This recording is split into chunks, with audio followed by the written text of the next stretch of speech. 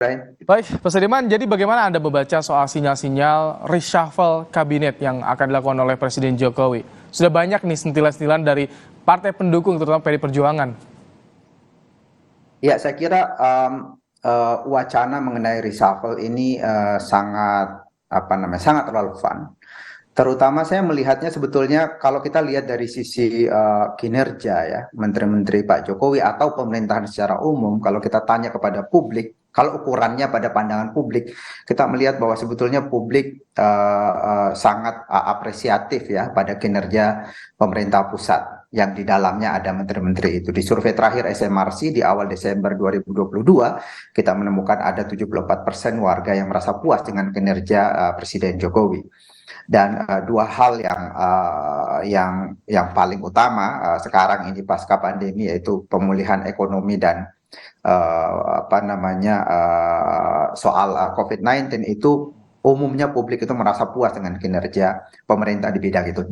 Karena itu dari sisi kinerja saya kira secara umum menurut saya ya kita tidak menemukan sesuatu yang benar-benar bermasalah ya. Kalau secara politis, Mas Ya, Sediman. karena itu yang bisa dilihat dari sini adalah dari sisi politik.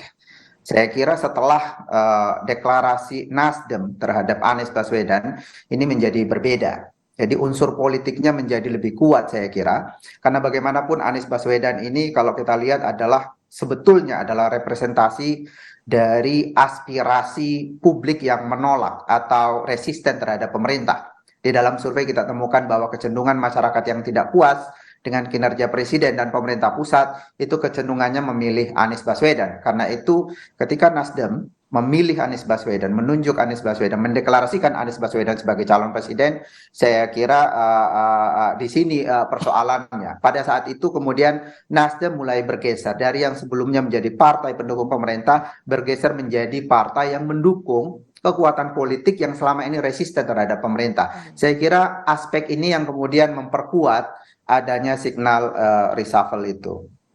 Kalau sentilan dari PD Perjuangan, politisi PD Perjuangan kepada menteri langsung menyebut kementeriannya, bagaimana? Apakah ini juga akan menguatkan sinyal reshuffle yang akan dilakukan oleh Presiden?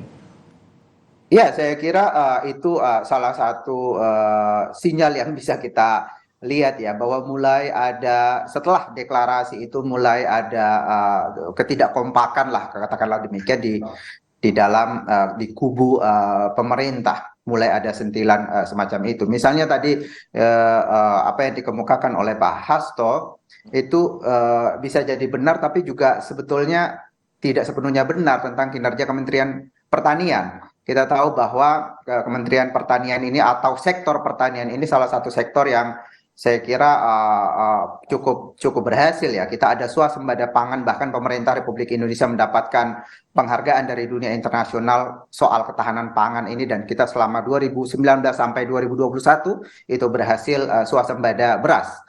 Dan di masa COVID-19 bahkan sektor pertanian ini menjadi salah satu sektor yang mempertahankan pertumbuhan ekonomi yang positif, di mana sektor-sektor yang lain, ketika sektor-sektor yang lain itu negatif. Jadi dari sisi itu saya kira tidak ada persoalan, tetapi memang ini soal politik dan sentimen dan perdebatan atau wacana yang dikemukakan para politisi baik dari PDIP maupun dari Nasdem itu memperlihatkan bahwa sebetulnya setelah deklarasi ini komunikasinya menjadi kurang baik ya, kurang solid. Setelah deklarasi, Mas Saidiman, setelah deklarasi kurang solid, kalau saat ini bagaimana nanti dampak ke depan? Sudah ada saling sindir dari partainya sendiri, partai yang mendukung pemerintahan, bagaimana? Menurut saya dari sisi pemerintah, dari sisi Pak Jokowi, saya kira saya merasa bahwa kalaupun diadakan reshuffle itu, saya kira itu keputusan yang sangat masuk akal, karena bagaimanapun masih ada waktu bagi pemerintah untuk tetap ada di dalam kekuasaan, dan tentu mereka menginginkan kabinet atau pemerintahan atau partai-partai yang mendukung pemerintah ini solid. Mereka tentu saja tidak ingin ada suasana semacam sekarang. Dari sisi Nasional Demokrat, dari sisi Partai Nasdem, saya kira juga penting bagi mereka untuk mengambil posisi yang lebih jelas. Di dalam survei kita menemukan bahwa ada kenaikan suara pada Anies Baswedan, tetapi pada Nasdem itu cenderung stagnan, tidak mengalami perubahan. Dan yang kita temukan itu terjadi karena posisi Nasdem ini belum cukup jelas. Mereka belum mampu menarik suara dari Anies Baswedan secara lebih signifikan kalau dibanding dengan PKS misalnya atau Partai Demokrat, yang dimana mereka bahkan belum mendeklarasikan Anies, tetapi mereka lebih efektif menarik suara Anies Baswedan karena dinilai oleh publik menjadi partai yang benar-benar representasi masyarakat yang kritis terhadap pemerintah. Sementara Nasdem sekarang ini kan belum begitu jelas posisinya.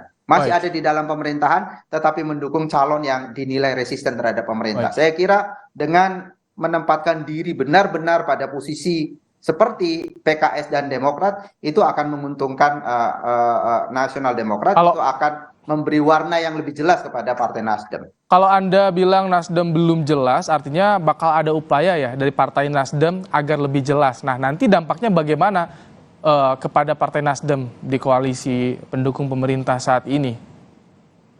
Ya, menurut saya itu adalah konsekuensi yang harus diambil. Saat ini publik, terutama mereka yang kritis terhadap pemerintah, itu belum sepenuhnya mengidentifikasi diri sebagai bagian dari Nasdem atau Nasdem menjadi diasosiasikan dengan mereka, itu karena posisi Nasdem belum terlalu jelas. Ini masih di dalam pemerintah, tetapi di dalam manuver politik, terutama yang terkait dengan capres, ini sebetulnya sudah di luar. Jadi menurut saya itu justru membuat posisi Nasdem menjadi dilematis dan pemilih menjadi bingung juga untuk menentukan pilihan. Kalau sekalian keluar mungkin kan ketika Nasdem memilih Anies Baswedan sebagai capres, harapannya adalah para pemilih Anies, katakanlah 26% sekarang yang memilih Anies atau 18% yang memilih Anies itu umumnya berpindah kepada Nasdem. Tapi kalau posisinya sekarang kan susah. Masih dilematis. Mereka masih menunggu bagaimana bersikap ya di dalam memilih partai terkait dengan pilihan partai terhadap presiden. Mas Saidiman, Ya. tahun depan kan sudah baik, tahun depan kan sudah mulai nih, tahun politik sudah mulai panas-panasnya di 2023. Apakah mungkin ini Nasdem masih berada di lingkungan pemerintahan dengan istana mendukung Jokowi dengan kondisi seperti ini, atau kemungkinan akan lepas kalau Anda baca? Saya membacanya lebih besar peluang untuk lepas. Lebih besar peluang untuk lepas. Karena tadi itu, pemerintah masih butuh partai-partai politik yang solid. Jadi partai-partai politik pendukung mereka tetap solid. Tidak ada wacana perubahan misalnya. Tadi kita dengar dari Pak Hasto bahwa yang akan mendekatikan Pak Jokowi atau calon presiden dari PDIP adalah yang bisa melanjutkan pembangunan Pak Jokowi. Sementara yang didukung oleh Nasdem ini tidak begitu semangatnya. Semangatnya adalah perubahan. Semangatnya adalah melakukan inovasi terhadap yang dilakukan oleh Pak Jokowi sekarang. Jadi sebenarnya secara politik sudah berseberangan. Baik, kita tunggu bagaimana sikap Partai Nasdem ketika sudah disindir, termasuk di tahun politik nanti 2023 yang akan dimulai. Terima kasih ulasannya, pandangannya, Saidiman Ahmad, pengamat politik dan juga peneliti dari SMRC dalam program Kompas Petang sore hari ini. Sehat selalu Mas Saidiman.